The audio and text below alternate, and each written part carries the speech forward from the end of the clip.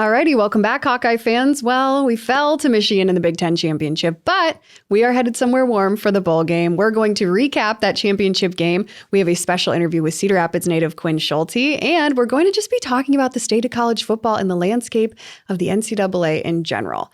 This is Talkin Hawks, presented by Hills Bank. Thanks for coming back.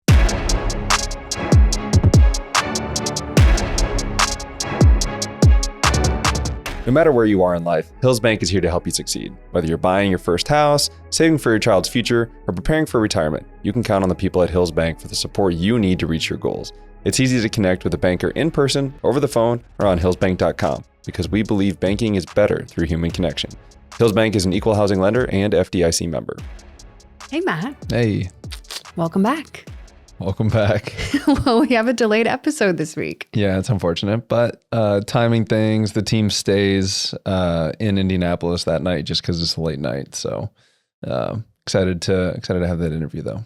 Yes, we wanted to get an interview this week just because coming off of that big game, obviously getting the information on Sunday with the bowl game. And then, like you said, they weren't back until Sunday at some point, and that was kind of their day off. So we don't want to bother them at that point.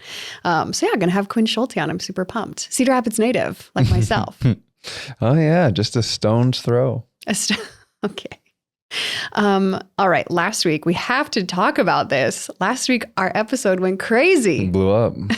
It was so wild. It was like we logged back onto YouTube, and it was like, another 1,000, like another 10 comments. I was like, whoa, we're just, and we have like really good viewership week after week. And Thank you guys. Yeah, a really good fan base, and it's amazing. Then all of a sudden, we just had this episode completely blow up with Cade, and it was very interesting to see, that is for sure. And then just a little tiny snippet got out, and it was so unbelievably annoying. It's so annoying. Like, I think you and I try to do our best to let the players tell their story as best they can, you know, and it's not just like, oh, well, I see cover 2, so this is the scheme that I would like. It's okay. So Cade lived in Vegas and then basically tried to do a bunch of stuff in California, goes to Michigan, like being able to tell that story, but instead they took a snippet of it, Michigan fans did, and tried to make a narrative based on that clip versus the entirety of the full hour that we sat down with him. And so that was really unfortunate. You know, everything here, we try to be positive. Obviously not everything's going to be, you know, sunshines and rainbows, but to have, and I think that's kind of media in general that I get really annoyed with, is to try and fit whatever it is you're trying to do. You'll take a piece of it, turn it, twist it into what it wasn't intended for. Because I got over 1 million views, just that little snippet. I know. Yeah. Anyway, I don't need to go off on it anymore. It's just really unfortunate and really irks me. Yes, because it really was. It was an awesome conversation. And I'm sure the people that actually took the time to sit down and watch it knew that. And he said that the name Michigan 15 times, I think. Matthew, our producer, actually went through and like looked at the transcript of it. And I think it was actually 15 times that he said the word Michigan. So it wasn't that he didn't want to say it. You're so stupid. But I digress. We're just, Cade is a friend of the pod, you know? And so we're just trying to stick up for him. And anyway, excited for his recovery and to see what happens next year with that. That was an awesome conversation. I had so much fun. Agreed. Anyway, my heart doesn't handle that kind of stuff very well, Matt. You know this about me. You don't handle constructive criticism from others well. Okay, some of it wasn't constructive though. No, some of those were just mean comments. Yeah. But like, and then that's the other unfortunate part too of like social media, is that people can get really mean really quick. You know. And there really isn't a purpose for it, in my opinion. But it is what it is. Anyway, and I would say too, I think we do try to discuss things in a positive light, but also like a factual light too. Not just like negative factual, but just like, this is what happened. This is what happened. And maybe there's an answer, or maybe there's a reason, maybe there's no reason or whatever. And we can't figure it out, but like, This is what happened kind of situation. Anyway. So let's go on to the game. Well, hold on. I want to play a game really quick. Well, because we played a game last time. And so now I feel obligated that we have to do at least one more, because this is one that I introduced to you just a couple of weeks ago. So if you hate this kind of stuff and you're just really not a fan of the banter, go ahead and skimp through. But so there's this girl on TikTok, and she, I know, I told you about her, and I need to find out what her name is, but maybe some people will know this. So they did this on one of my favorite podcasts, like a few months ago. And I was like, wait, that's so funny. And so now I want to do it on our podcast. So I'm stealing this from somebody else that this girl on TikTok does. Okay. Yeah. I wish I knew her name so I could give her credit. But anyway, so she sings this song and she goes, when you know the words to the song, sing along, sing along. Okay. So then you have to say that before you do anything. Like you have to start it with that. Yeah. and We played this at the house. I don't know how many stupid it's my times. favorite. And then you just say like one little tiny word, like one little syllable of a word in a I song. have to figure out what you're saying. And you have to figure out what song I'm singing. Okay. Are you ready? I can't wait. Okay. It's beginning to look a lot like Christmas. Do you see that? It's actually so impressive. Like, it's actually so amazing how you can say, like, how many words say it's in, or how many songs say it's in it. Well, I was thinking And about I time say- of the year, and I was thinking about I'm just the saying, amount of snowmen that Dax has pushed in different songs that have played from those I'm snowmen. just saying that there's so Those many of you that know times- the snowmen, they're rampant in our house. I'm just saying that there's so many times where I've just sang little me of a song and you've gotten it. Okay. That's all I wanted to do. That's literally, that's it. Well, at least I passed. You did so good. Thank you. Thanks. And I did not tell him we were going to do that. So that was No, there was planned. no preface before that. Otherwise, I would have nixed it. I'm kidding. All right, let's go on to the game. Let's do it. So if you skipped through, welcome back. We're going to talk about the game now. So, Matt, I just want to say this. It was a good game. Like we had a few unfortunate mishaps that aren't very Iowa-like in terms of mistakes or turnovers, which is not typical Iowa football. And also a couple of calls that I think are slightly questionable in my own personal opinion. And aside from that, I don't think the score was indicative of how the game actually went. Like if you woke up the next day and you looked at the score, you'd be like, yeah, that sounds about right. That's what we thought was going to happen. But if you actually watched the game, it was a good game. I really, truly think we played well. So this again, and I had people back at the Iowa State one when I said that score did not indicate how the game went. It's exactly what it is. You think Michigan went all over, whatever, 26-0. Their longest drive was 59 yards. And every drive that wasn't, every drive that was longer than 6 yards either resulted in a punt or a field goal. Dang. That's it. Like they had one drive that was 6 yards and they scored a touchdown. The other one was 5 and they scored a touchdown. Like when you're handed the ball basically there, it's really difficult. Now, our defense has done goal line stops before, but like by far the best defensive outing. And actually with that, I also want to say congratulations to Coach Phil Parker for winning the Broyles Award. Probably about 25 years overdue. He's been here since 1999 with KF got here. He's done a tremendous job. I think the best DB award for the Big Ten, I believe there's been 13 total.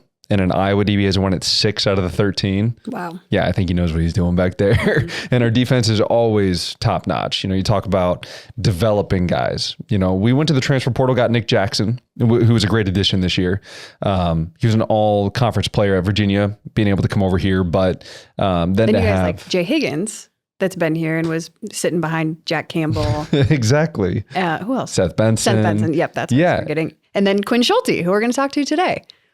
Sorry, go like ahead. so you have more developmental side Yeah. you know of that being able to sit, and especially that defensive line. I mean, there's always rotating pieces there, always guys moving on to the NFL, and how do you replace all those guys? Well, Coach Parker just goes out and finds 2-star recruits. You know, I think about guys that I played with, like Josie was a 2-star recruit out of Decorah, Desmond was a 2-star recruit out of Detroit. You know, they come down and then he just finds a way to make them football players.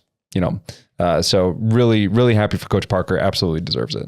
And then his defense put the offensive coordinator, who was also up for the Broyles Award, his worst performance under the Harbaugh era. Mm-hmm. So you want to talk about, I said that I'd rather face this offense, and I think I was correct in that with the way that our defense performed. It was unbelievable. Yeah, they only rushed 66 yards.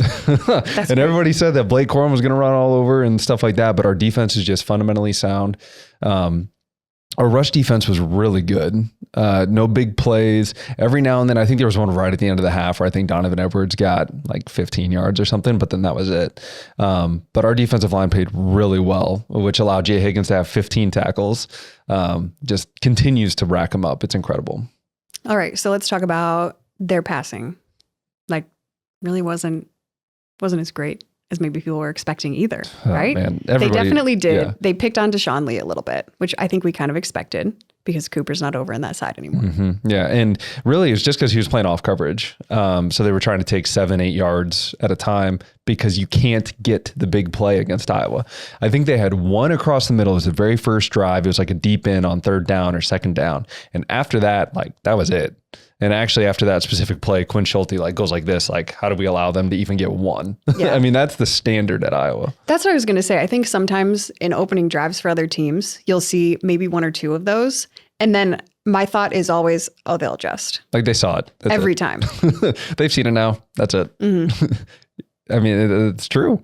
Normally it just takes a little bit to settle in and then that's it. But their pass game, JJ McCarthy, I don't think he did great. Now they did have a couple drops, but that's because our coverage was really tight. They had a couple like open drops. I think there was a tight end across the middle. Just takes his eyes off of it, things like that. But defensive line, we got 4 sacks against a guy who's known for being able to move outside the pocket, and that's called rushing with discipline. You know, Ethan Herkett had a really big one, another Xavier guy, where they did a stunt and he looped around. And a lot of times those guys can loop inside too quick because they want to get to the quarterback now. But when you do that, you allow for a lane to go outside. He goes wide to make sure that JJ McCarthy can't do anything unless he crosses his face, to which he'll go make the tackle, tries to run away, makes a big time sack. I think it was like a 15-yard sack. So our pass game, I felt, was really good defensively. Outside of the one that Nick Jackson could have had, that's really the only play where you're like, they didn't do what they were supposed to. You know, I mean, that's the only one. And even then, it's just putting ourselves in an opportunity to make plays, which defensively just continues to do over and over again, which is a testament to Coach Parker and the staff that he's really built on that side of the ball. Yeah, that one with, you said Nick Jackson. We were like, it's one of those ones where you watch and you're like, no. Right. And he sat underneath the route, baited JJ to throw it, and then unfortunately just couldn't come up with it. All right. You want to hop to our offensive side of the ball? Let's do it. Okay. Couple of turnovers. Well, 3 to be exact. Yeah. We had a decent drive there going towards the end of the second quarter, going into halftime. And I think that Jazz Patterson fumble, I think, was the biggest play of the game because that gets us on the board, gets you a little confidence, you know, because I think we're at about the 30-yard line, which would have been roughly a 47-yard field goal-ish. Indoor conditions, you expect us to hit that. So it's a play action and it's a rollout. And by watching the film, I can't tell if it's meant to be a flood concept that way and Jazz was just the guy that got there, or and what I mean by flood concept is that the nearby, it was kind of like a wing tight end. We were in 13 personnel. Wing tight end runs a deep corner. And then the next guy, which that would have been Pascuzzi. The next guy was Stylianos, which he might do like a, I've heard it referred to as a waggle. I've heard it referred to as like a chip and go or a bang and go, where essentially he just hits the defensive end and then drives out. Now he's the flat. And then you got Jazz going there too, because they might, the corner might sit back on the corner or the corner might come up on the quick out and then you hit Jazz one-on-one. The other thing is it could have been a screen where it's a fake stretch play to the same side and then Deacon throws it to him and he's got 2 tight ends out lead blocking for him. Now, the problem here is they run blitzed off that side and they threw Pascuzzi to the ground. Well, he can't do anything when he's on the ground. So that already loses one guy out there. And the reason I think it's a screen is because once he gets up, he goes and blocks somebody. Stylianos then turns and tries to like seal a backer, potentially if he was a man-to-man coverage, seal a backer, realizes nobody's there, and then he turns and runs out. But the problem is nobody got out to the corner, who that Sandverstil, I butchered that name, number 0. Yeah, that was bad. Number 0 for Michigan, really good player, and he's the one who forced both fumbles, or 2 of the 3 fumbles, I should say. But nobody goes out to him, so he's just standing there waiting for Jazz. And because they brought pressure, Deacon had to throw it. Jazz had to catch a weird turn, and then boom, helmet right on the ball. Michigan came up with it. But what's big there is had we run the flood concept or had we run like a normal boot concept, somebody should have been in his zone and he would have had to react to the guy in his zone. But because we went screen and nobody picked him up, there was nothing for him to focus on. He's just standing there in his zone waiting for somebody to come. Jazz is right there. Boom, he comes up, makes the play. So that one was just the most unfortunate based on the timing of everything. Defense comes out, puts out a fire, just like they always do. But that play I thought was pretty significant. So then the other turnovers were both Deacon. And I want to talk about the first, I think this was the first one, right? The fumble. The fumble that wasn't? Air quotes. Or the invalid incomplete pass that wasn't. Yeah, the invalid. I just want to call everything invalid. The invalid throw. Yes. That covers everything in the rule book. You just call it invalid. That's it. That was tough. That was a rough one. And that obviously ended up being a touchdown too. That was just a strange situation. Felt very, it's giving Minnesota. That's all I can say. Right? So the ref call, I'll let you kind of elaborate more on that. But yes.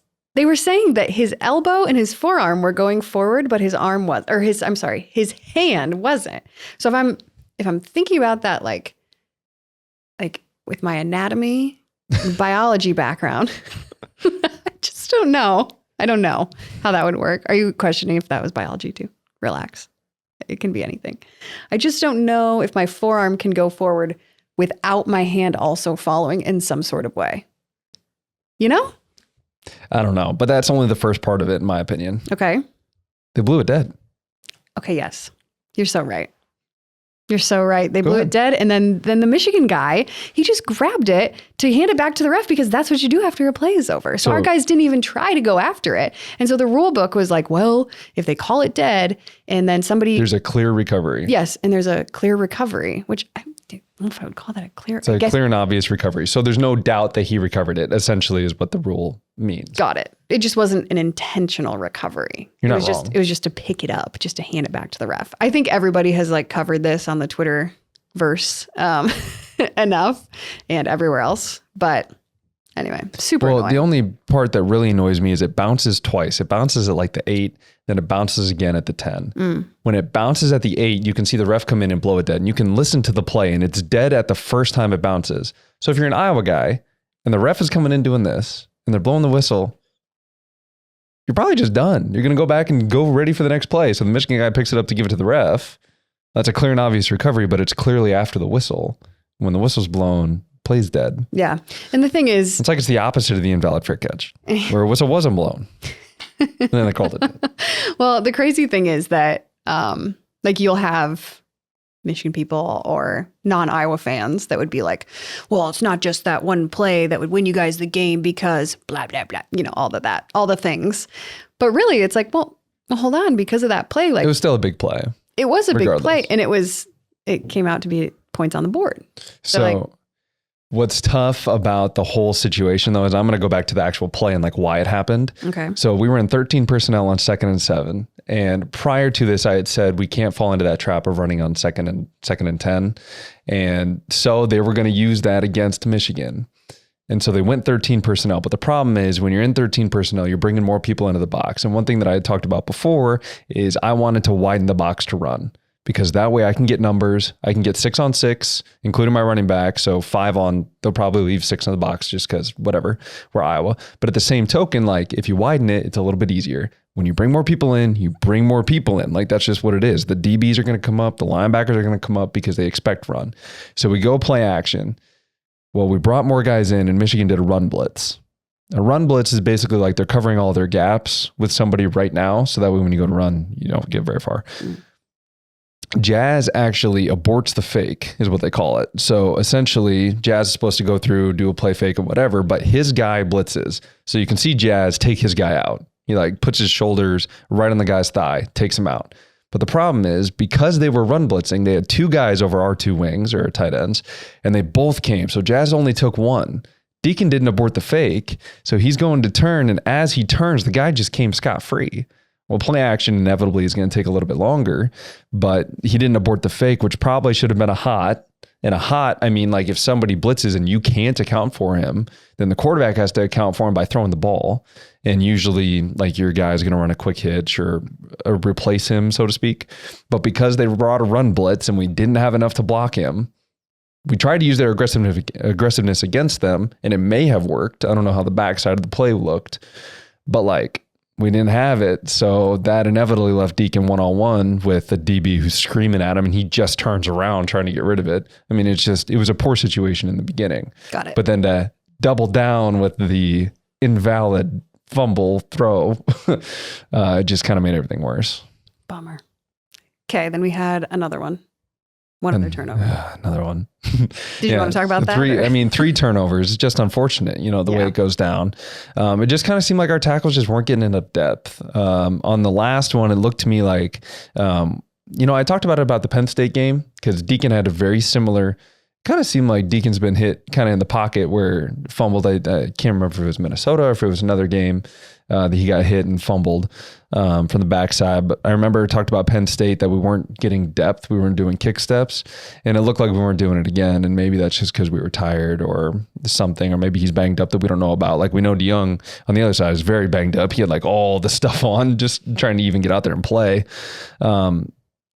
So like we didn't get the kick step, we didn't get any depth, or maybe Deacon's not stepping up into the pocket enough, but there's a disconnect between the two, which leads to big hits like that, which unfortunately ball came out. Again, defense goes out there, puts out a fire, only allows a field goal. Defense did great. Offense, obviously, we'll see what happens here with Brian coaching the bowl game, or at least I anticipate him to coach the bowl game. I also anticipate they'll probably hire somebody between now and then who's just going to be there until the end of the season and then take over just because they want, recruiting and stuff like that to get that underway. And then the last part, special teams that we haven't talked about yet. Well, you didn't really talk too much about the run game either. Did you want to mention that? I mean, I mentioned it a little bit when I talked about how we ran it on 2nd and 7.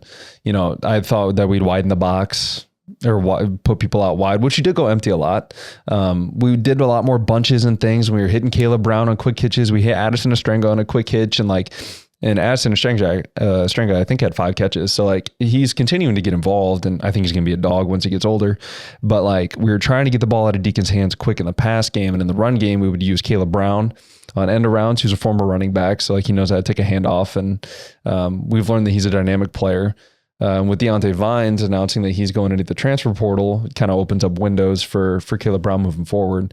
But it's just unfortunate. I thought that we'd widen a little bit just to try and help our run game out, but that also would change what Iowa does. And it's not always good to change week 13. Right. You want to stay true to what you do because that's what the guys know. But at the same token, it's just how consistent can you be doing that?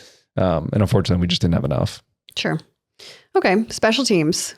I know that when it happened, immediately after it happened, you were like, that's it. You literally, you said this. That's it. That's my unsung hero. That's it. Number 4. That's it. And I was like, oh, well, okay. What happened? Clearly I'm not looking at the things you're looking at, but went national pretty much. Viral. It was everywhere, all over Twitter, all over social media, tons of coaches sharing it, which I thought was really cool, but go ahead and talk about it. Yeah. So Cohen Entringer, by the way, for that reason, he's not my unsung hero, but I do appreciate the effort. The unfortunate part is that the technique wasn't great between him and I believe it's Bostic on the other side as a gunner. So the technique of a gunner is when you get down, and the rule is, or at least it was, if you're within 7 yards, you take your shot. And by taking your shot, that means you dive at the opposite hip. So if I'm on the right side, I dive at the left hip, because the goal of the gunner, yes, you want to get him down, but the goal of the gunner is to make the punt returner go sideways so he can't get downhill. But both of our gunners went to the near hip. They didn't cross. Oh. So he was able to split them, and then he was able to find a seam and then go. When really, I think Entringer was in I want to say he was at 5 or 4 yards. So he's within that take a shot range, but he stayed on the near hip instead of cross hip. Got it. So the technique obviously can continue to get better. Now the effort was great on the back end, but also he hasn't been doing a lot. That's Cooper's backup. Mm-hmm. So he's only been doing it for a couple of weeks. Now, granted, he's been practicing and stuff, obviously ready for this moment. But then, so he just sprinted 65 yards. Missed a tackle. He's on the 5-yard line. And then he gets up and sprints 90 yards. Put him in the Olympics. I saw him running those last 10 yards up, those hammies got to be screaming. That and the strides were it was 5 yards a stride. I was like, what? How is this happening? That was amazing. And to give our defense a chance, because it's not unheard of that our defense has goal line stands. Now, again, it led to a touchdown, but the fact of the matter, giving that kind of effort, that's what Iowa is. Now, obviously we want to clean up the technique on the front side, but to give that kind of effort can't go unnoticed, which is why it went viral. Because everybody's like, I want this dude. Mm-hmm. Yeah, I did see, I think it was an XFL coach that was like, give me 20 of these guys. His son actually plays quarterback at Iowa State this year. It was Rocco Beck's dad. Oh, for real? And he played tight end in the league for like 10, 15 years for the New York Jets. Cool. I like the name Rocco a lot. Keep that in your back pocket. Next. Okay. I will say I'm very impressed with Weejan. I love his punt returning. He looks like he's running downhill immediately. He's got really good quick twitch. Does that sound right? Laura. It's like immediately when he catches it, shoo, he goes. He looks fast. I think he's going to take over well for Cooper. Yeah. I don't know if he's going to be Cooper, but definitely on kickoff return. And it's unfortunate that we fair catch and stuff like that, which I also understand. Just give the ball at the 25 and go. But I think you got a dynamic player in Weejan on both punt return and kick return, and that's a good thing moving forward. Yeah, he's very fun to watch. And then obviously Torrey did his thing. Looked pretty good. Yeah, he had the only other part about that long punt return is it looked like his kick was a little bit quicker than he normally does. Oh, okay. Which potentially may have affected the hang time, his guys getting down there. But because I noticed he took his time a little bit more later on. So it's kind of interesting how the whole operation plays together, but that's why football is such a great team sport. Okay, let's hop into so it was going to be Entringer, but since now he's a sung hero. I was going to say he's sung now. Not quite unsung. Who is your unsung hero brought to you by JB Roofing? I'm going to go with Deshaun Lee. Okay. Now, we kind of talked about that they picked on him a little bit because he's filling in for Cooper, which understandably makes sense. But he made the open field tackles when he had to, and he didn't allow a big play. Like he stepped in, they may have completed 4 or 5 yards, but then he tackled them for 4 or 5 yards. There was the 1 4th and 7 that I think he gave up like a 9-yard out to Cornelius Johnson on the other side. And he's a good player in his own right. But I mean, the fact of the matter is they tried to pick on him and it didn't really matter. It was just the short stuff. He got beat against Nebraska and he didn't allow that to affect what was going to happen against much better receivers for Michigan. And he just went out there and did his job. Unsung in my opinion, because filling in for, a top tier DB, the Tatum Woodson award winner. And he just steps in and he's like, okay, I'll just take care of my business. That's what he did. So next man in. Deshaun Lee, unsung hero. Very good. All right, we're going to hop into our interview with Quinn Schulte here in just a couple minutes. We'll be right back. Need a new roof, gutter, or siding in Eastern Iowa? Call JB Roofing, a local and reliable roofer with over 20 years of experience. They do one roof at a time, unlike others who juggle multiple projects and cut corners. They also serve a 45-mile radius around Kelowna and help you with any insurance claims. Don't wait. Call 319-656-ROOF or visit their website, jbroofingkelowna.com for a free estimate. JB Roofing, the small town roofer you can trust. Hey, Matt, did you know that Iowa City Tire does more than just tires? Yeah. I mean, they've been servicing the corridor for like 40 years. Okay, but did you know that until somebody had to tell you? No, I didn't. Well, hey, check out how they're doing things in a very different way at Iowa City Tire and Service, where service actually comes first. Visit ictire.com. Okay, welcome back. We've got a very special guest joining us today from the Iowa defense. Everyone, please welcome Quinn Schulte. Quinn, how's it going? Good. How are you guys? We're good. A Cedar Rapids native. That's right. Yep. Just like myself. I went to Cedar Rapids Prairie. Yep. And you went to? Cedar Rapids Xavier. Cedar Rapids Xavier. Okay, so I was doing a little background. Your dad is kind of like a Cedar Rapids legend. Some would say, maybe. Yeah. Okay, we will get into that just a little bit, but talk to me about just like your childhood. Obviously, your dad being a coach, I'm assuming sports was a pretty big part of it, right? Mm-hmm. I mean, I would say, like all of us, as soon as I can remember, we had a ball in our hands, All of us. I got 2 older brothers and then a younger sister. So Bryce actually played tight end here too. I remember that name. Yeah, when she started doing a deep dive, I was like, I remember Bryce. Yep. And so, yeah, we was just outside all the time playing sports, doing whatever. So. Okay. And then. Well, hold on. What? So we're talking flag football, basketball, baseball, like everything?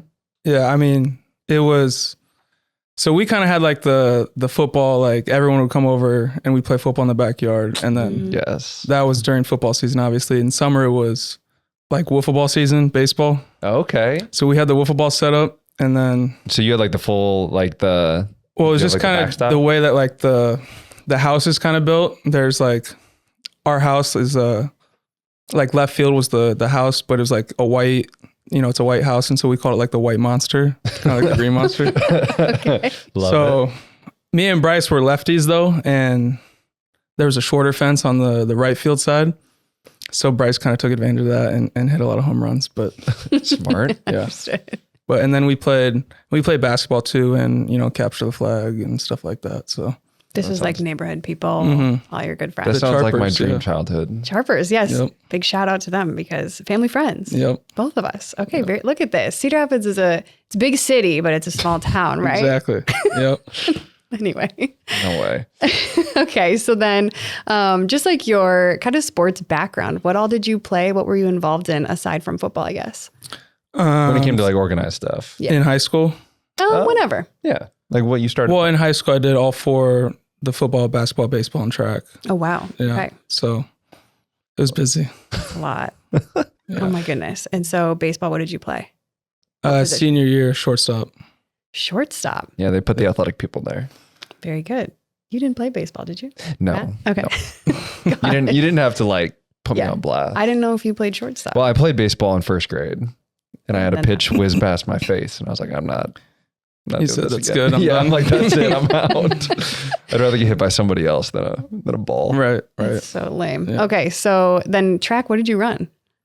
Just like sprints. Honestly, I wasn't very good at track. Like I should have taken it more seriously probably, but it was just kind of a way to stay in shape for football. So Did you jump at all? I did freshman year and then, sophomore year, because coach said that if you jumped, you could like get out of running a race. But I don't know if that really held up true. So then junior and senior year, I stopped jumping because I was you still in were the same running the amount of race. races. Yeah. Okay. So Love So it. then let's see, baseball, track. What was the other one?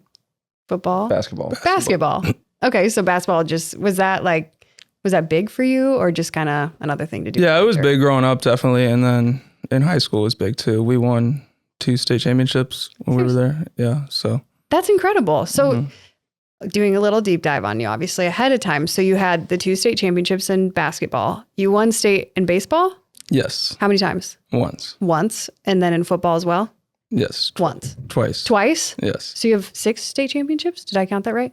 5. My dad likes to say we won baseball 8th grade year. Okay. Like a ring, kind of. Uh-huh. My dad likes to say it counts that as 6. 6 state championships. That's incredible. That's wild. Yeah. So you've come from like basically a history of winning. Sure. That's kind of crazy. And then you get on the Hawkeye defense, and here you are again, just winning. Yeah. Trying. Yeah. Very good. I love it. So then your dad, I talked about him being kind of a legend. Hold What? on. We'll go back to that because now that you prefaced it by saying getting to Iowa. So how'd you get to Iowa? It was a walk on, right? Yeah. So the recruiting process was, it is what it is, as you know, but had a couple like walk on spots and stuff like at the bigger schools like Iowa State, UNI, stuff like that. And I just decided to choose the Hawks kind of because Bryce was here too. I mean, that was it. Like between Iowa State, UNI. That's what it came down to. I mean, the FCS schools, I talked to as well. Like South Dakota State, North Dakota State. Yeah. Western Illinois, stuff like that. Is that because of camps or is that strictly from you playing at Xavier? Strictly just playing at Xavier. So you didn't go to any camps or anything? I went to Iowa State, and UNI.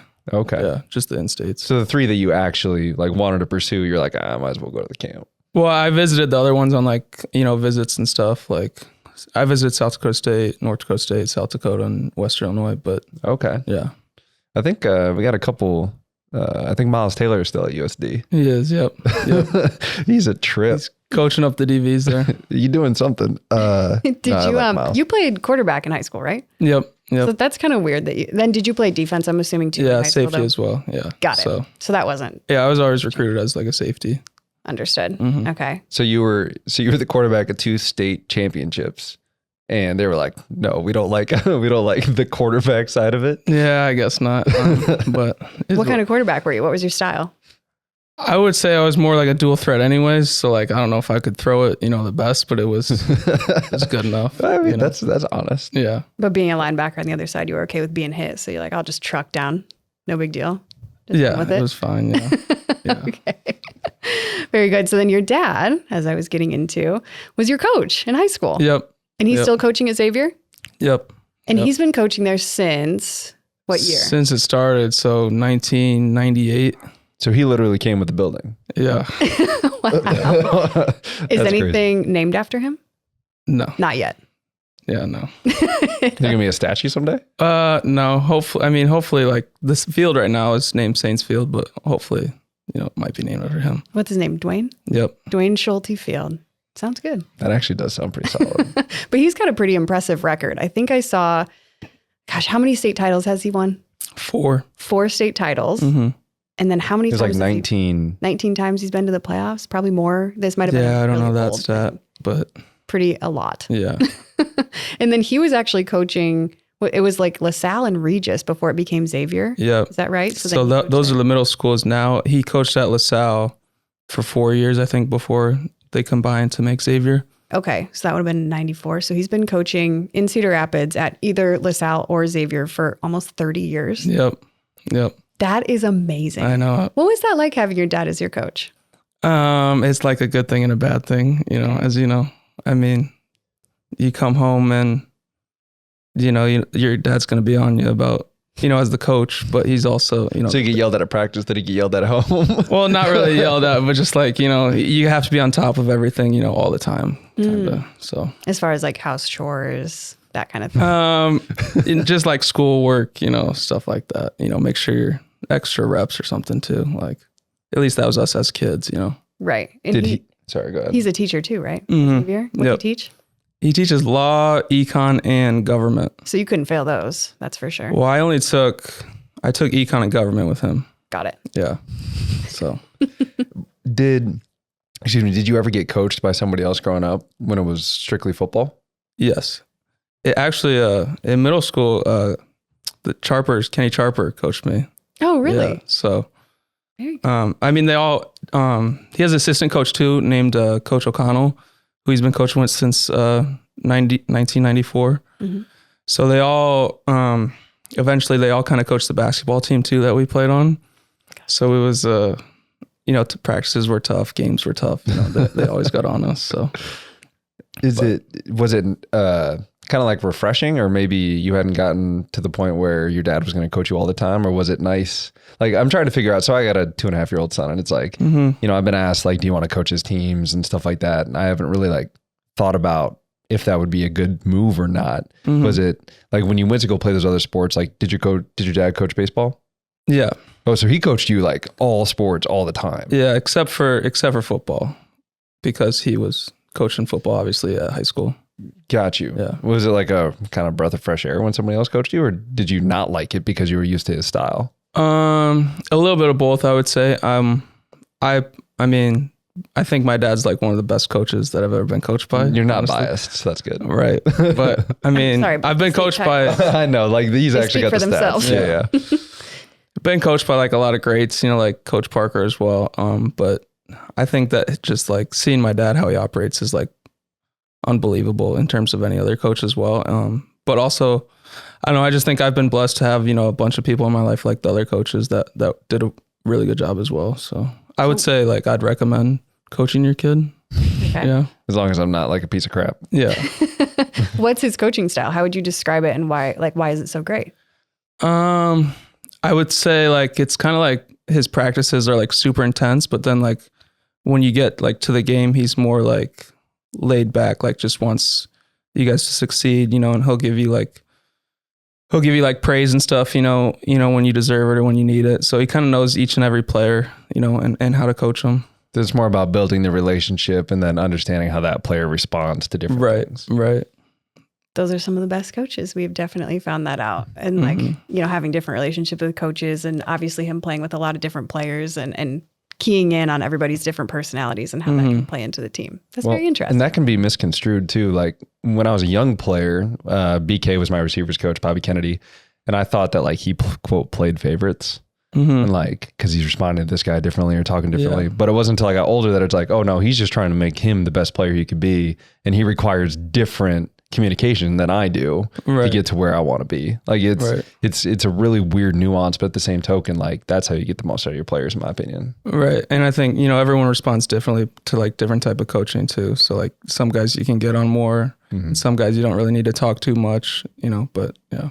And probably 30 years of coaching, you can Yeah.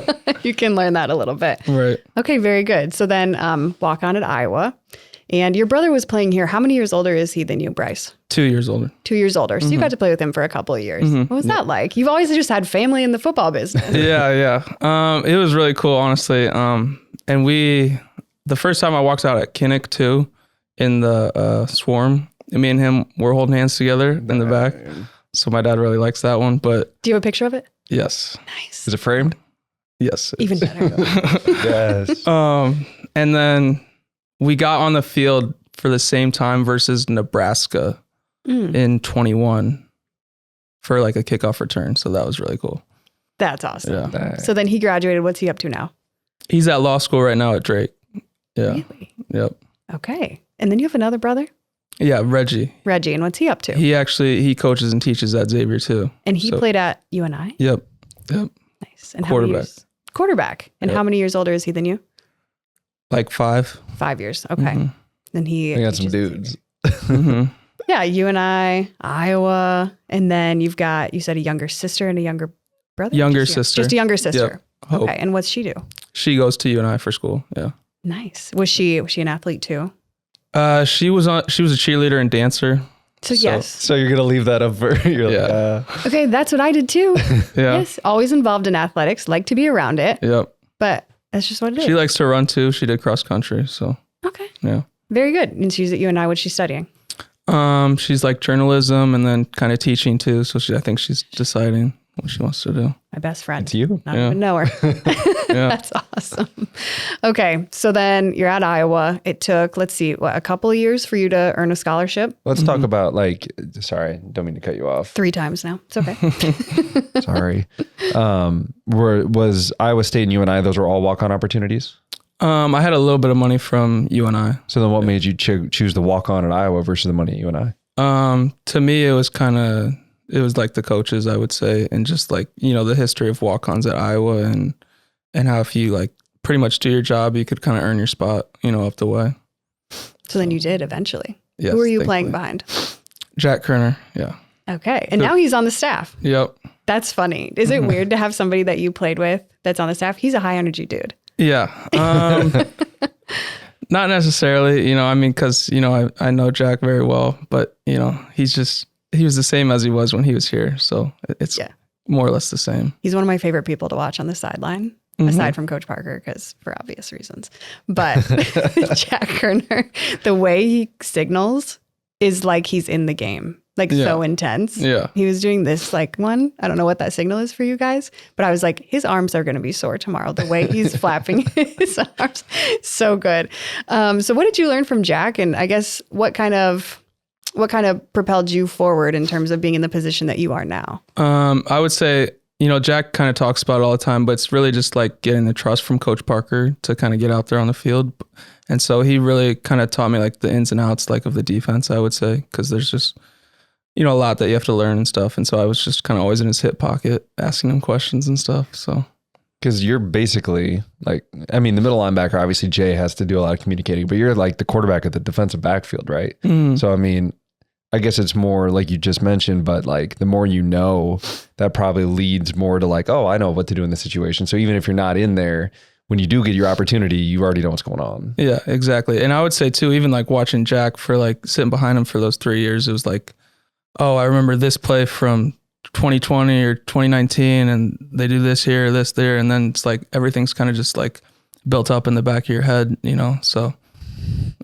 It's a lot more film study on defense than it is on offense. Oh yeah, definitely. I always think it's interesting to talk about these stories too, just in the landscape that there is right now. And this is something we were just discussing 5 minutes before you walked in was what it looks like now with the transfer portal. If you're not playing your first or second year, you're gone. I'll just go somewhere else.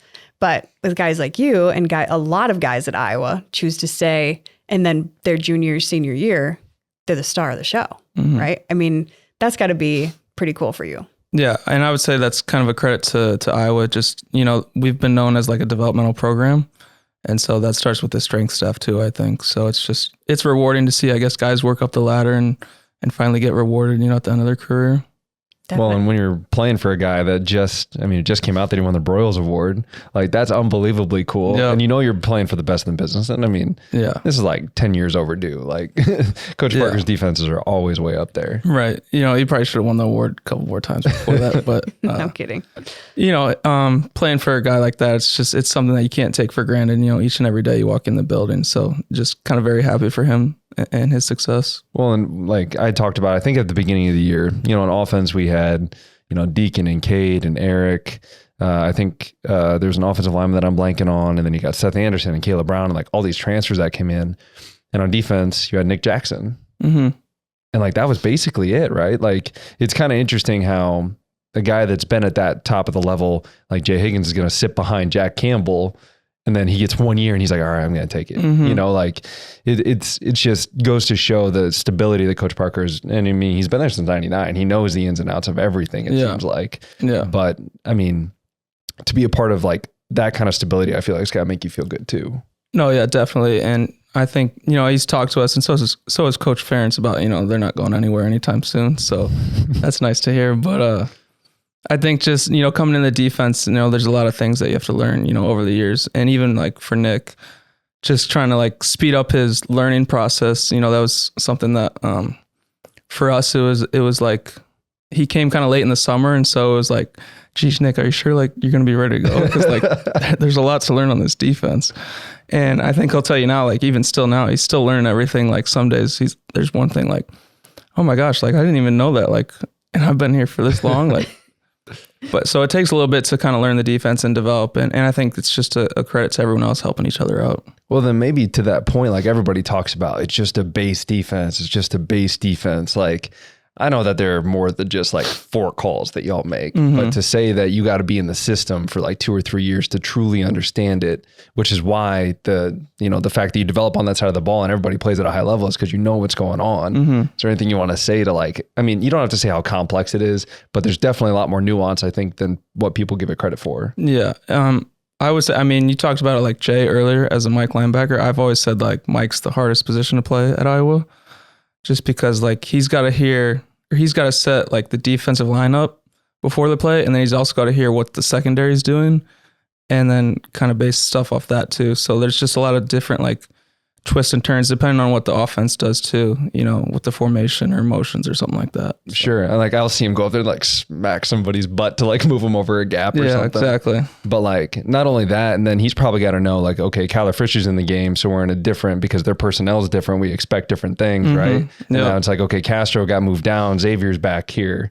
Is that interesting too, that like sometimes, sorry, I'm getting into like football stuff because now I'm a nerd, but like you see Xavier and Sebastian, does that change like communication, or do you guys communicate a little bit differently between the two? Just knowing that different personnel requires different people on the field? Like between all of us, you're saying? Because there's like 3 safeties essentially, right? I mean, I know Sebastian plays that cash position, but it's a little bit like this. I guess the point I'm trying to make is that it's not as basic as people make it. No, yeah. Because there's so many moving pieces. Right. And that's why I think, it's important to build a relationship with each and every guy that you're communicating with.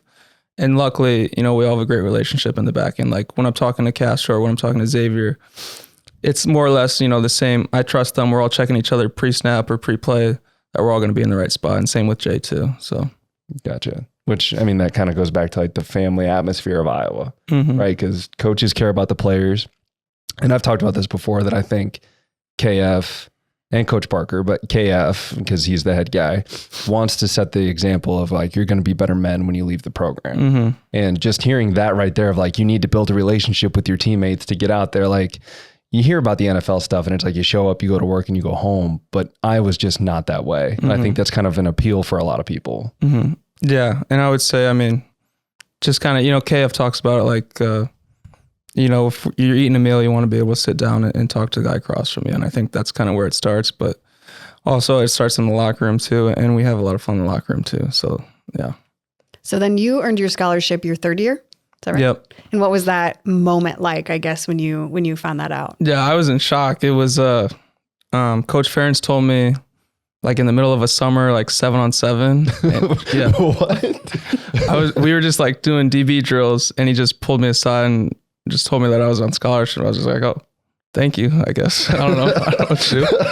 And then I went back and just did my next rep. So I was just like kind of shocked. So That feels like a very Coach Ferentz story. yeah. Don't make a big hoopla out of it. We're not going to blow this up and make it a viral Twitter video. I'm Right. just going to let you know that you're on scholarship now. Right. That's really cool. That's unreal. Yeah. So what, I mean, how did you, I mean, obviously you had to jump right back into practice, but internally you had to have felt like, okay, right? Yeah. I was very excited. And then I went home, told my parents. I just drove home to Cedar Rapids, told them, and surprised my mom at work. And so everyone was very happy. So That's incredible. What's your mom do for work?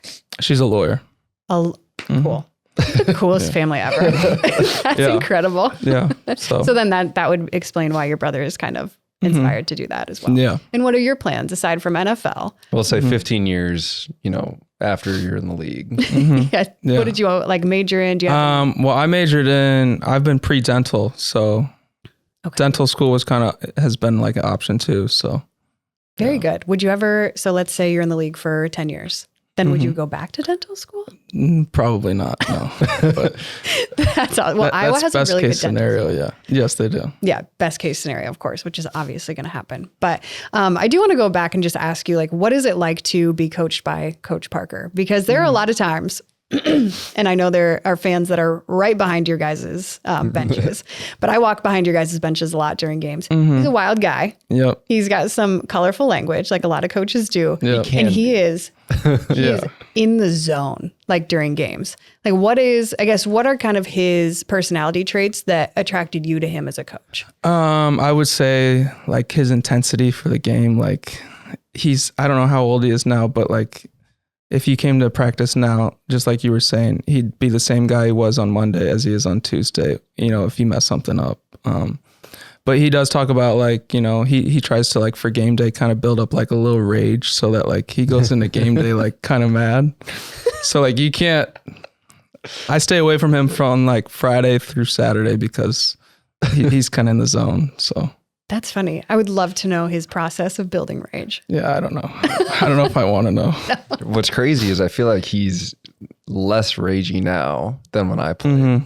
Yeah, Like that's what people say too. That he's like kind of toned it down. Yeah. He used to be crazy. In a great way. In a great way. He gets, Right. But yeah, he gets would. the best out of you guys. Yeah, he was angrier before, I think, in his quote old age. I hope that doesn't go viral. But anyway, yeah, I know since he's gotten a little bit older, I know he's mellowed out, if you can imagine.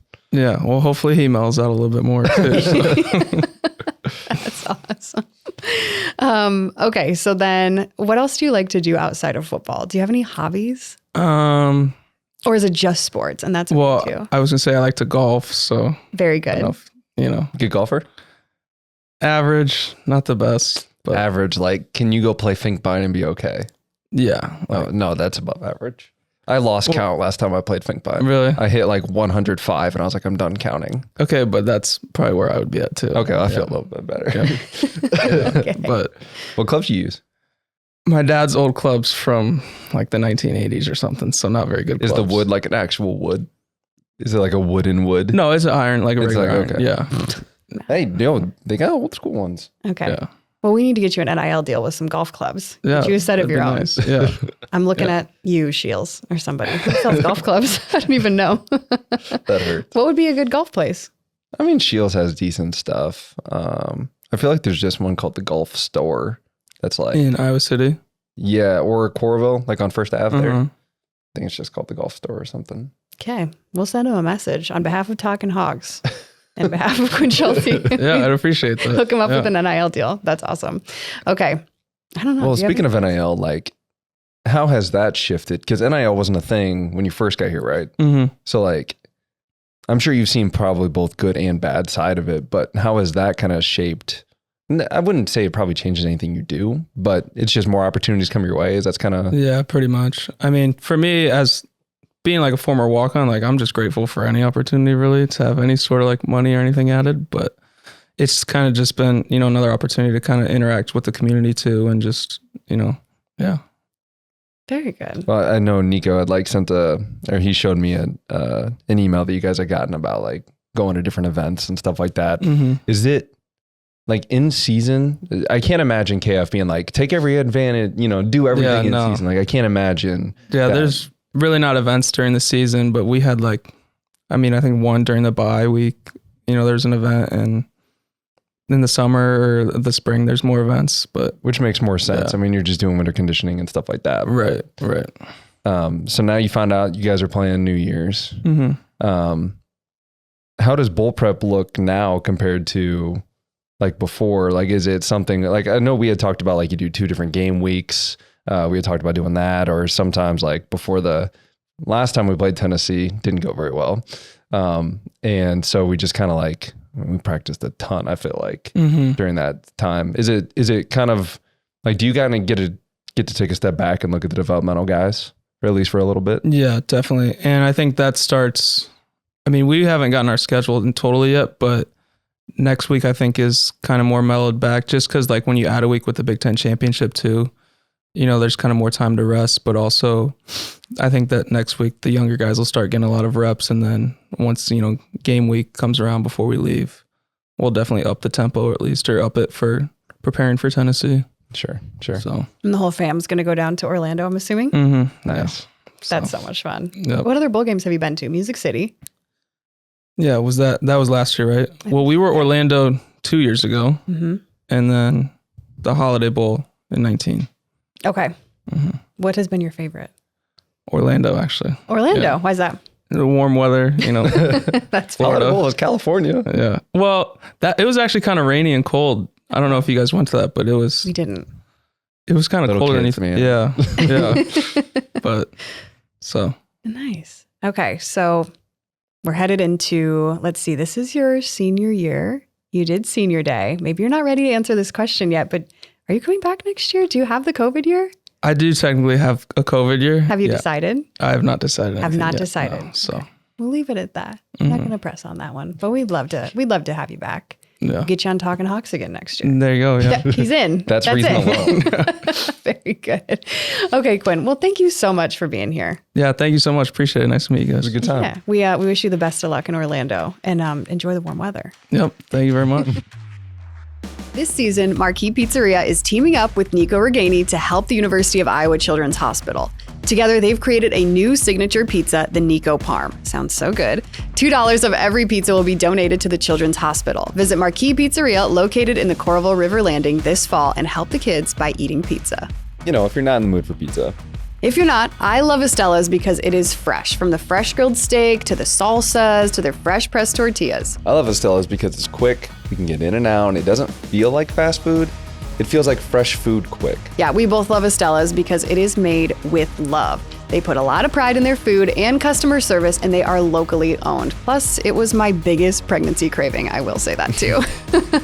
That's Estella's Fresh Mex. Fresh food made quick with love.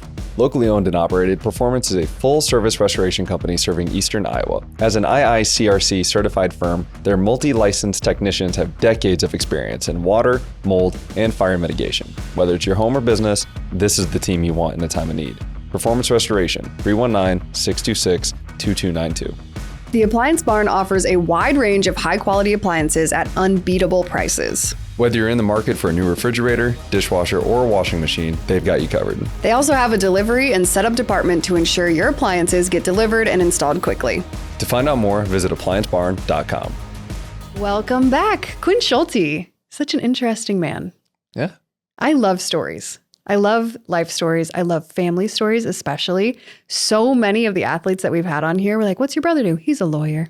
Oh, what's your sister do? Oh, she's a Olympic Olympian. medalist, a gold medalist in water polo, Deacon Hill. And also the multiple sports. That And the doesn't get multiple lost on sports. anything. And it's like, oh, we would just go out back and play. Mm-hmm. Like that's what's so, I think, very cool, especially in a world that's kind of not documented, but dominated by screens. Mm-hmm. And like to hear all these guys, like, oh, we just go out back and like Quinn said, play capture the flag. Like I don't remember the last time I heard somebody say capture the flag, but that was a great game growing up. So good.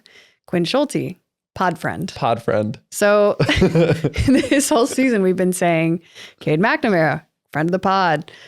Jay Higgins, friend of the pod. Turns out, friend of the pod is like a whole thing from a different podcast. And So- we didn't know it. So we're like, well, we should probably stop saying that so we're not stealing it from somebody else. Therefore, James came up with pod friend. James, one of our producers. And so Quinn Schulte, pod friend. Pod friend. I don't know if that's going to carry, how long that's going to last, but We'll keep it. Okay, let's just transition to the next part. Okay, so we don't want to do our preview of Tennessee right now because that game isn't for... It's for a couple weeks. Some people might opt out, which we can talk about. Some people may enter the transfer portal. I don't know what that looks like. Like, I don't know if once you commit to a school, like you just are there now, or if you finish out the semester at the school you're at, or if it's based on the academic year. And then once that semester's done, like I don't really know how that works. So it'll be nicer to figure out who's going to play, I guess, once we get closer. Yeah, we've seen a couple of transfers or transfer portal. People leaving the program. Correct.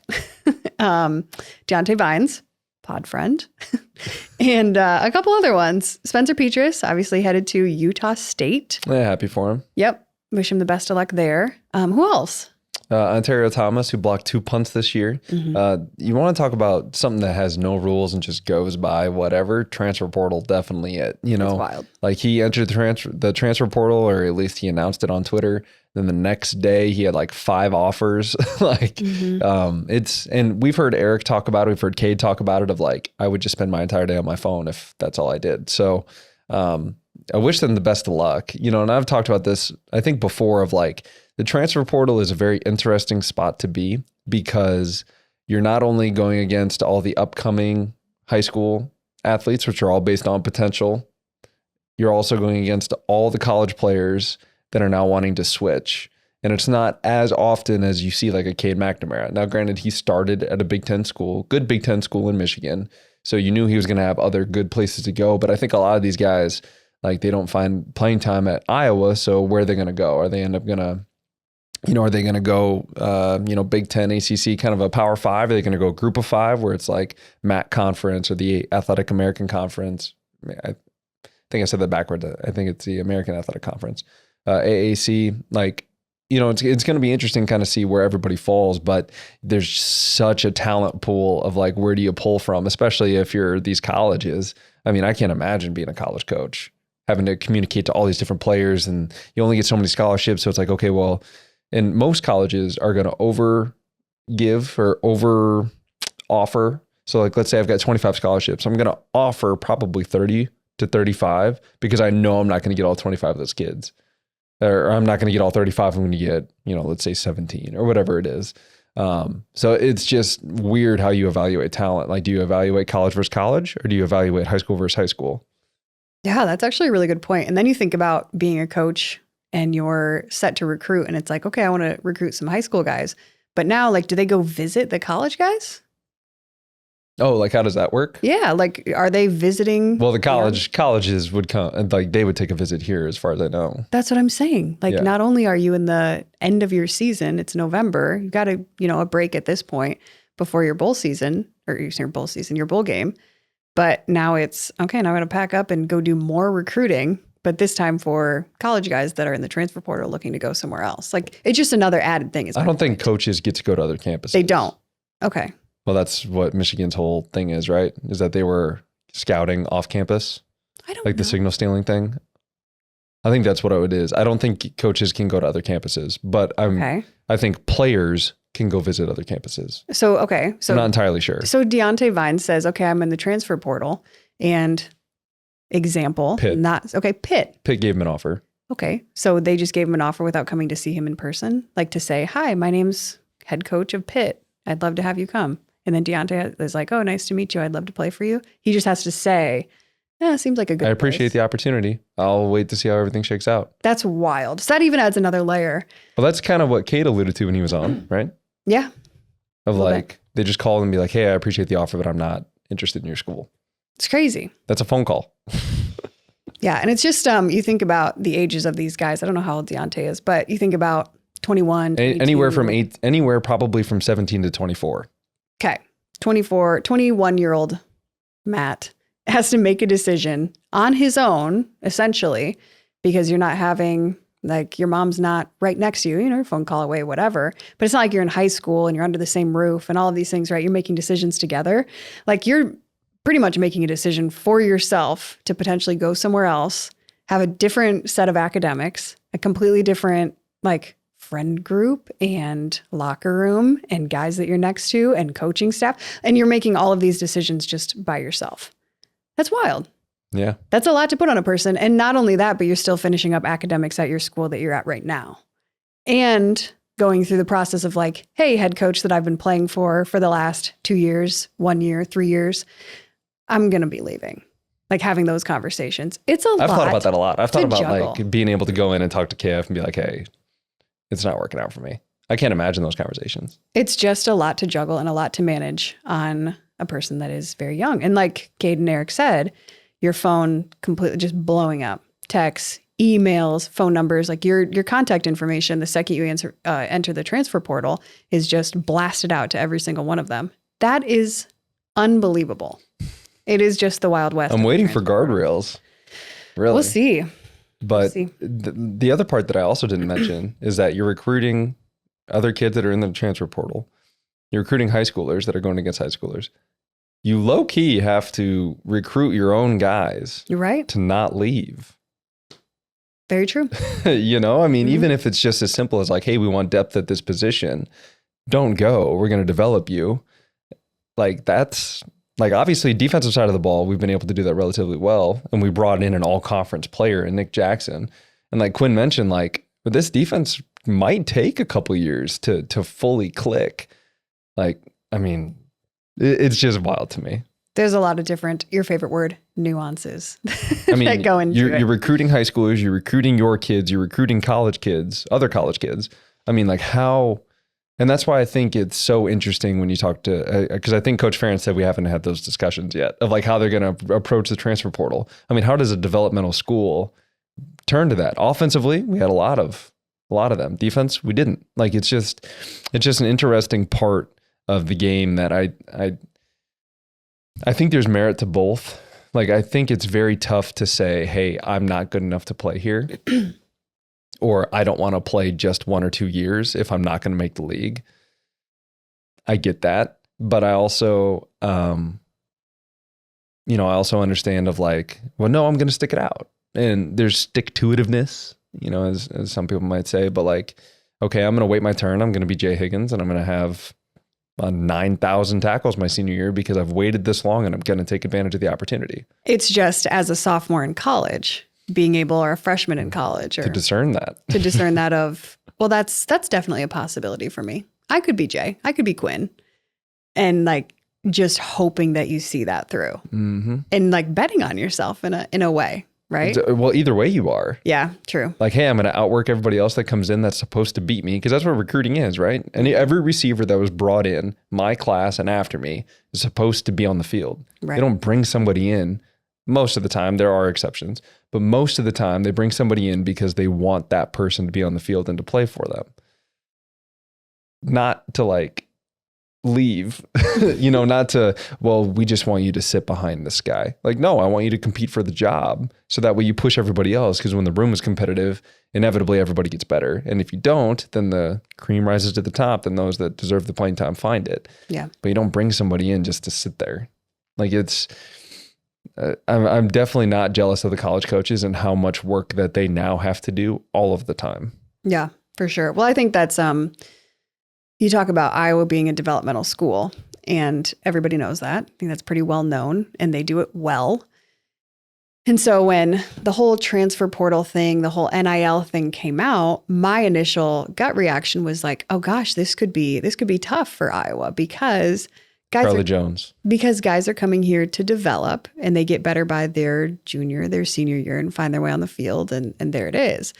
But then you talk about, you're not bringing in that many 4- or 5-star recruits on purpose, by the way. You're bringing in the Matt Vandenbergs from Brandon, South Dakota. You're bringing in the Josie Jewels, the 2-star guys, the no-star guys like Quinn Schulte, and developing them and having them be behind the guys that you've developed before, right? And so it's like you're not bringing in guys that you're going to write them a $3 million check right out the gates, like USC.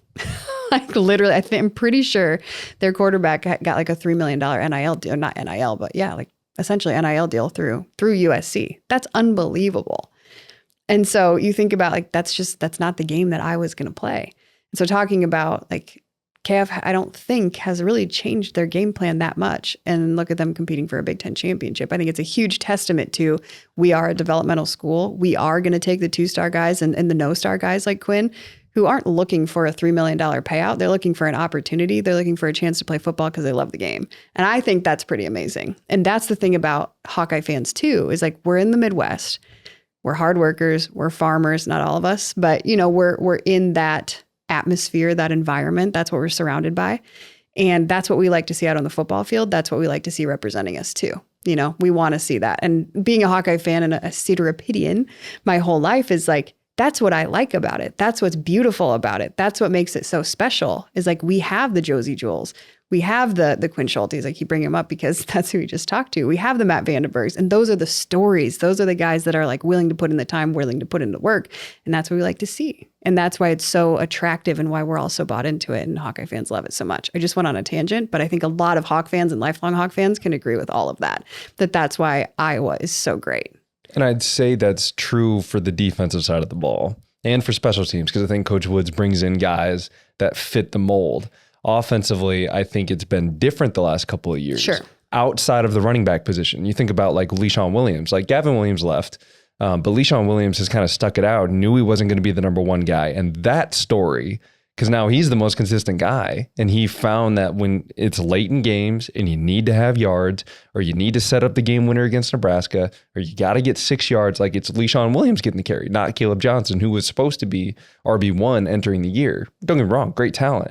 But LeSean Williams has kind of like waited his turn, like Jazz gets reps and then he waits and then boom, he's out. You look at the receiver room. I mean, you had 2 between Seth and Caleb. You had Cade McNamara, you had Eric All, offensive line. Like, I mean, almost every position except for running back had a transfer.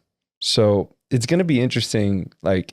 And I think that's why defense has been so good. Like at the very beginning, we talked about Prime, and we talked about Coach Sanders at Colorado bringing in all these transfers, and it worked right away. And everybody was surprised. But then like over time, it's like, okay, well, you haven't been built into a system. Like the system develops you. If you're brought in for a year, you don't get that same development as like being there for 5, 4, even 3 years. We've had like James Daniels left after his junior year. Like that is how you get development, not necessarily moving parts all the time. Like Nick Jackson, Quinn was just saying, like Nick's still learning some of the intricacies of the defense. Like that's why they're so good, is because they develop on that side of the ball. If we're able to get that kind of stability in the offensive side of the ball, I feel like then yes, to your point, like Iowa will be or continue to be a powerhouse on both sides. That's actually a really good point. I don't think that's one that's been pointed out as much throughout this entire season of like, man, the offense is, people are complaining about it and this and that. And there's issues here, there's issues there. And it's like, well, yeah, there's a lot of moving parts that these people have been here for 6 months of learning the system. And the Iowa offensive system, I mean, you've been through it. It's not, I'm not going to say it's. Well, I've been through 1 year of Bryant. 1 year Bryant. I went through 4 of Davis. Okay. And it's difficult. It's definitely different than what I went under Davis. Sure. I don't believe I had any mental errors looking back at it, but it's definitely different than the system that I came from. Right. Which again, 4 years in a Davis system, I was playing my best football. I knew the ins and outs. I knew what was expected. I was playing with the quarterback for my 4th year, 3rd year.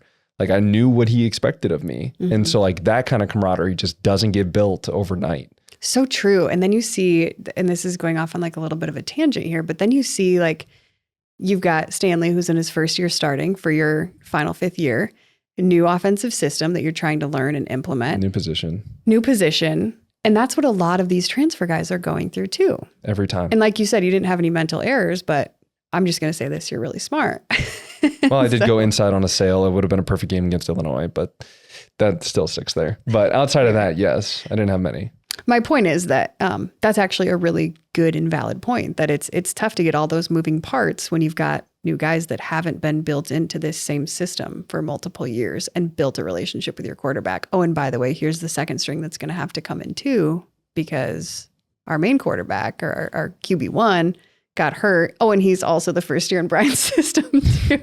So there are just so many moving parts, and that is what's happening to college football. It's wild. And these guys like, yeah, going to have to go out and learn an entire new system in the next however many 9 months before next football season. Well, and to that point, like verbiage is completely different. Routes are different. A hook in Brian's system is a curl in Davis' system. And then you think about what Quinn was saying about our defense is like, yeah, with all those guys kind of moving in and out and different coverages and this and that, like you have to have a relationship with your players. And how do you build that to the point of where it would be in 3 years in a matter of 9 months? Good luck. Wow, I just had a revelation. Well done. Thank you so much. Well, you think about that and you think about verbiage too. Like verbiage is very simple. Like it's just words you say, but they mean completely different things. Like Davis system, gun right jack, scat, 381 hook curl. So like gun right jack is the formation, scat is the protection, 381 hook curl is the play.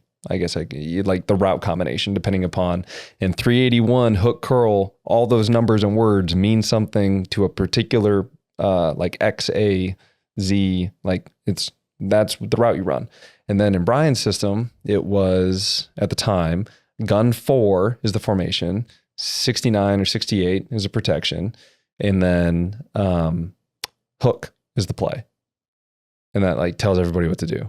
I zoned out during that whole thing. But okay. So it went word, No, number, okay. and now it's number, word. Oh, sure. And it's going to be different through everybody. Like, okay, are you going to call the formation? Is it just going to be one word for the entire play? Are you going to tell each player what they're doing? Like, do you have to tag everything so now plays get super long? Like, there's more to it than just learn a new offense. Right. Like there's or just go to a new school. Or just go to a new school. You're going to have to learn an entire new system, entire new plays, and figure out how to be coached. Unreal. Okay, so transfer portal. Crazy. Wild. I think we touched on every what the heck of all of it. So the other thing that you didn't really have to deal with, and we'll just do this really quickly, is NIL. And I shouldn't deal with or get the opportunity. Yeah. Yes. I remember when you were still playing, they would do certain jerseys of the bigger players at Shields. Yes. And you got one. And I was like, oh my gosh, you got a jersey at Shields. That's amazing. That anybody can buy. And that was really cool. But you didn't get a cut of it. That's just the way that it was at that point. No, but mine was worth more than LaShawn Daniels. No, shout out, buddy. That's not. I'm not talking about your old jerseys. I'm talking about just the fact that 89 was there. The 89 I thought you meant my game worn one, which those also were sold at Shields. It doesn't matter. I'm talking about the ones where you can get a small, medium, generic or large 89. in an 89. Gotcha. Yes. And it was really cool. But now you can get paid for that, which is even cooler. Well, it would have been cool. Yes, it was still cool that you got that. That was a big honor, I thought. But yeah, it's a totally different landscape with that too, because there's so many different opportunities that these, again, 18 to 24-year-old athletes are having to sift through. Not only are you academics, right? And depending on your major, it can be pretty tough. And then you've got a full schedule of football. We know that that's morning, noon, and night. And then on top of that, opportunities with events and signings and just showing up places just to be there for businesses and selling T-shirts and being a part of, the list goes on and on and on and on. And it's cool to see a lot of our guys that are using this opportunity to benefit different places and different organizations. Obviously, we've seen Cade just did something with T-shirts for the Children's Hospital. A lot of other players have done things to donate to the Children's Hospital. Tori, Every Kick Counts. Drew Stevens has been involved in that too. I think Cooper was involved in it or something else to that point. But that's cool to see that our players have done a lot of that kind of stuff too, and not just kind of reap the benefits for themselves, but spread it amongst the community. So that's awesome to see. But it is definitely a lot for them to manage. And they've given us some insight off camera of these are the kind of emails and stuff that we get to be come do this thing or that thing and we'll pay you blank amount, and just having to sift through that. Crazy. And trying to figure out is this a good opportunity? Do I want to be associated with this? Right?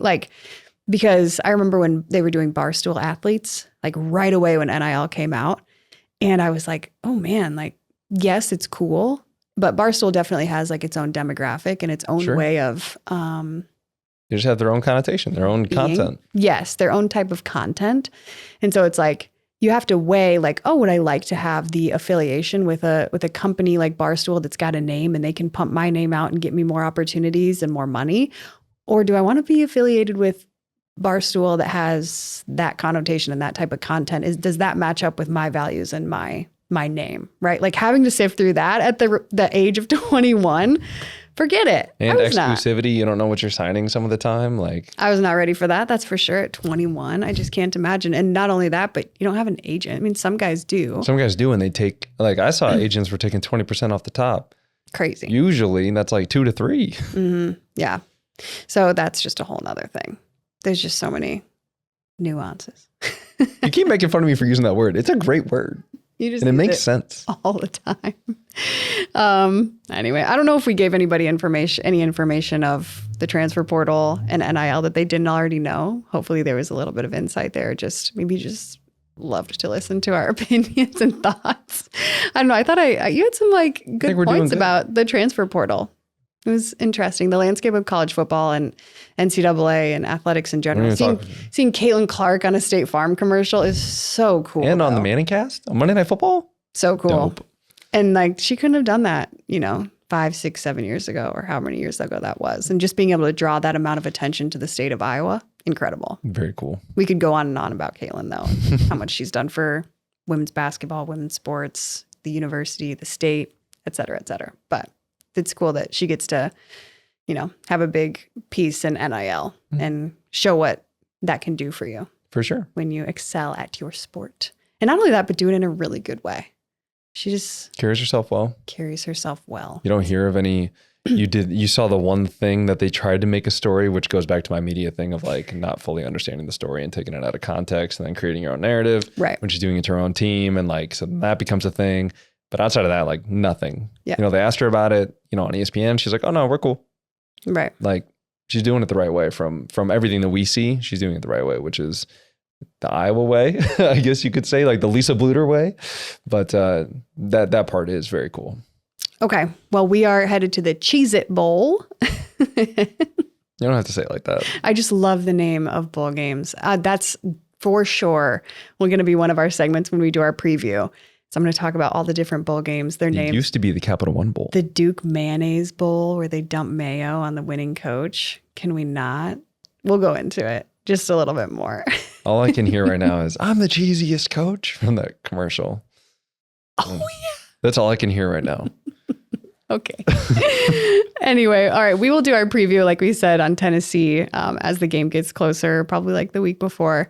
And I have some interviews, some insight on bowl prep and all that good stuff from now until the bowl game. So stay tuned. As always, make sure you're subscribing on YouTube, comment. Comment anything. Don't comment anything. Comment nice things. And make sure you're giving us a 5-star review if you're listening to this on Apple Podcasts. Or Spotify. Leave a review. I don't know how Spotify works that much, but we just appreciate all of you guys tuning in. And if you like all of our content, make sure that you're sharing it on social media as well. We want to spread Talkin Hawks however we can. We just want to keep talking Hawks. We just want to keep doing it. Be a friend, a pod friend. Be a pod friend. All right. Hey, thanks for tuning in, and we'll see you next week. Go Hawks. Go Hawks.